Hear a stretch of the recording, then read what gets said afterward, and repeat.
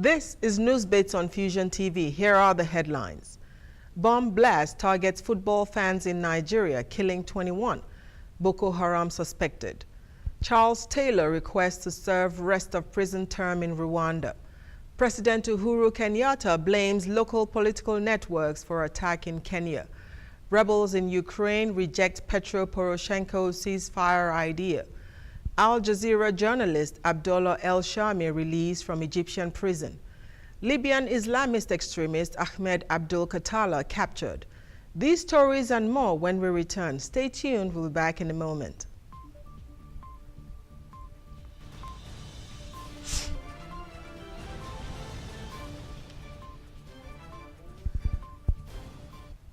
Hello and thanks for joining us on this edition of News Bits. I'm Nikki Roberts. In the midst of excitement over the ongoing 2014 World Cup, suspected suicide bombers struck at a football viewing center in the outskirts of Damaturu in Yobe State, Nigeria, killing 21 people and injuring many. The explosive device, which was apparently concealed in a motorized rickshaw outside the viewing center, went off while the viewing of the Brazil versus Mexico match was ongoing. Most of the viewers were young men and boys. The police in the area said that the terrorist groups had distributed letters in 3 different languages to viewing centers in the state and warned against opening their doors during World Cup. Residents in frequently attacked areas have been afraid to leave their homes. The Nigerian government placed 3 states, Yobe, Adamawa, and Borno, under a state of emergency rule since last year. A senior member of Boko Haram was reportedly arrested among a convoy of 500 travelers in the southern state of Abia on Wednesday. The Nigerian football team hopes to bring some comfort by giving the country some win in the World Cup. The Somalian Islamist militant group Al-Shabaab on Monday claimed responsibility for the attack on a Kenyan coastal town that killed about 48 people just a day earlier. The group bombed several buildings, including a police station, a bank, hotels, and a retaliation for the killings of clerics in Mombasa and the continued presence of Kenyans in Somalia. The militant group, with ties to Al-Qaeda, sent messages meant to cripple Kenya's tourist economy, declaring Kenya as a war zone and warning foreigners to stay away. After a series of kidnappings by Al-Shabaab militants in 2011, Kenyan armed forces went into Somalia to protect the Kenyan tourist industry. The past events of this week show that the security of the Kenyan border is still weak. Amid all the chaos, Kenya has continued to court tourists, assuring them that all is well. Tourism accounts for 12% of the Kenyan economy, and Al-Shabaab has threatened more attacks in the future. Ukrainian President Petro Poroshenko announced a 14-point ceasefire plan on Wednesday to end the unilateral separatist violence that has continued for over 2 months in eastern Ukraine. The violence has been between the Ukrainian military and pro-Russian rebels in Donetsk and Luhansk, and there had been no sign of a truce prior to the announcement. Mr. Poroshenko's announcement came after he was questioned by reporters and after a phone call with Russia's President Vladimir Putin. His plan includes the sealing of the Ukrainian border and an amendment to the constitution decentralizing government, thereby giving more power to the states. Russian leaders have maintained that the first step to peace should be the cease of Russian use of force. Previous negotiation efforts between the Ukrainian government and Russian rebels have failed, and many are skeptical about the success of the new plan. Senior Russian officials have said that they do not control or speak for the rebels. Meanwhile, rebel leaders quickly dismissed Poroshenko's proposal, calling it pointless, suggesting that it was the latest trick by Kiev to subdue the fighters. A prominent Egyptian dissident, Allah Abdel Fattah, along with 24 others, have been sentenced on charges of organizing an unsanctioned protest. They were served a 15-year sentence last Wednesday. Mr. Abdel Fattah and 2 other defendants, Mohamed Nubi and Wael Metwali, were reportedly denied entry to the court and abruptly sentenced in absentia while waiting outside a court in Cairo to stand trial for violating the government's ban on unsanctioned protests. Human rights organizations have protested the sentence, and bloggers and social networking sites have continued Free Allah Abdel Fattah campaigns that started right after the sentencing. Abdel Fattah's charges were in relation to his prominent role in the 2011 ousting of President Hosni Mubarak and his alleged attack of a police officer. Last November, a law was passed requiring protesters to give a 3-day notice before protesting and giving law enforcement officials the authority to shut down protests deemed a threat to public safety. Abdel Fattah's sentencing has given ammunition to pro-democracy activists around the world. 12 more supporters of ousted President Mohamed Morsi were sentenced on Wednesday as part of a crackdown on members of the Muslim Brotherhood. The Obama administration authorized the capture of Ahmed Abdou Khattala by members of the United States Special Forces in Libya. Khattala, who was captured Sunday, is suspected of masterminding the attack on the U.S. consulate in Benghazi in 2012. The Libyan government has accused the United States of violating Libyan sovereignty, especially since the Libyan government is under pressure from a lot of militia who assisted in overthrowing Muammar Gaddafi with the support of NATO in 2011. The Libyan government had been trying to arrest Khattala for questioning, but had been unable to do so due to security reasons in Libya. The attack on the consulate killed 4 Americans, and the consulate has since been closed. Former Liberian President Charles Taylor has asked to serve the rest of his war crime sentence in Rwanda, claiming that being detained in the UK denies him the right to a family life. Taylor's wife and children have been unable to visit him in County Durham, said his lawyer John Jones QC. He was convicted of aiding rebels who committed atrocities in Sierra Leone.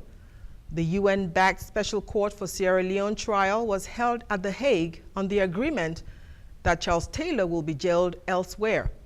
Legal papers have been lodged with the court claiming that serving his sentence in the UK breaches his human rights.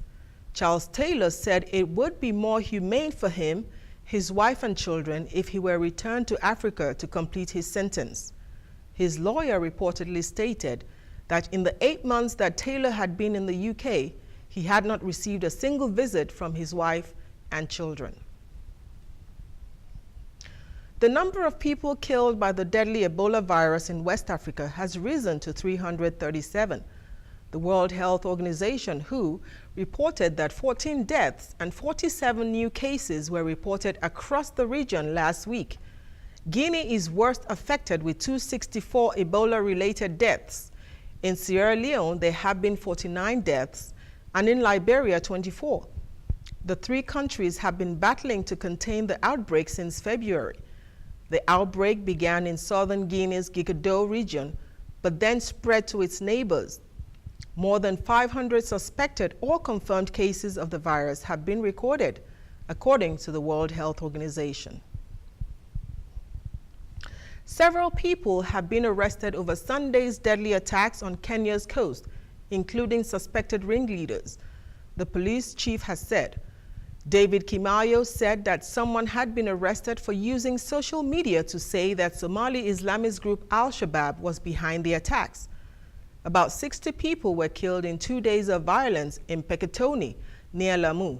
President Uhuru Kenyatta has denied Al-Shabaab's claim to be behind the raids and has blamed local political networks for the violence, saying members of one ethnic group were targeted. Most of the dead were ethnic Kikuyu, like the president.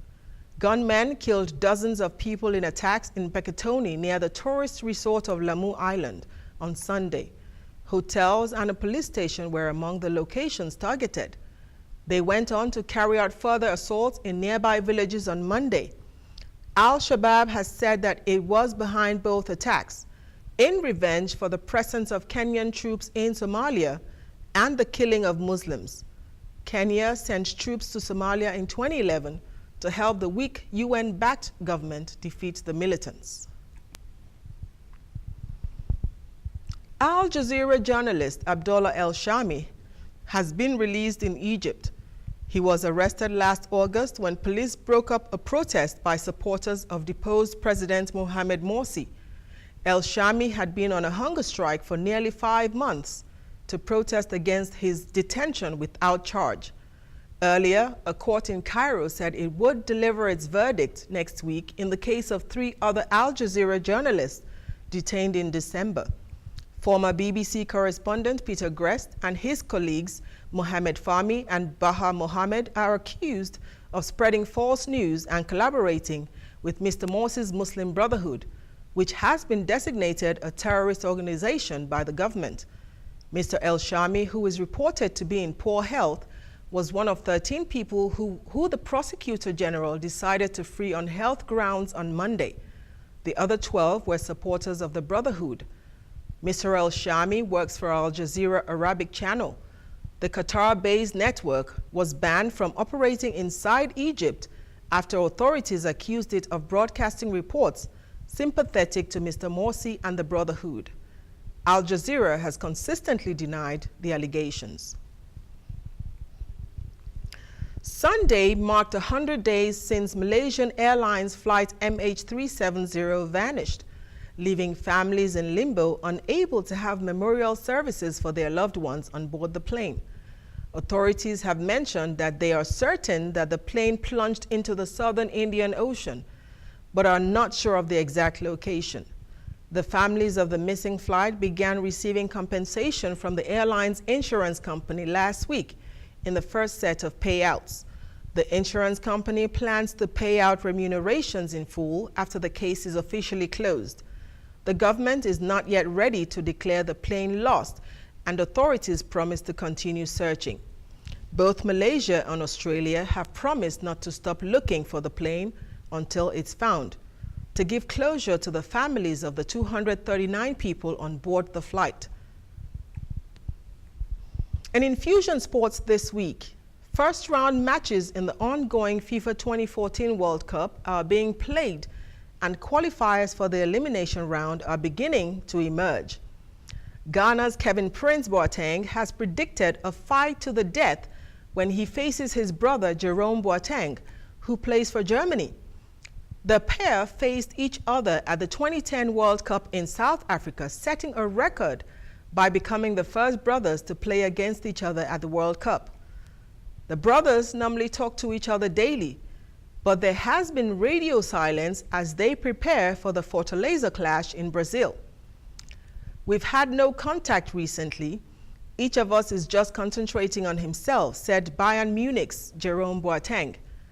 Germany are looking to maintain their grip on the group after beating Portugal, and Kevin Prince has predicted a fierce battle with Ghana in the Group G match on Saturday. The half-brothers were born in Berlin to separate mothers, and in 2009, Kevin Prince, who is 27, opted to play for his father's country, Ghana. Their father, Prince, is looking forward to seeing his 2 sons go head-to-head in Brazil, saying, "It's the easiest game ever. And regardless of what happens, I can only win. My only wish is that nobody gets hurt." Well, good luck to all the players and the teams. You can send your comments to us via Twitter or Facebook at Fuxion TV ATL. We'd love to hear from you. And that's all the news bits we have for you on this edition. We'll see you again next time. Until then, stay safe.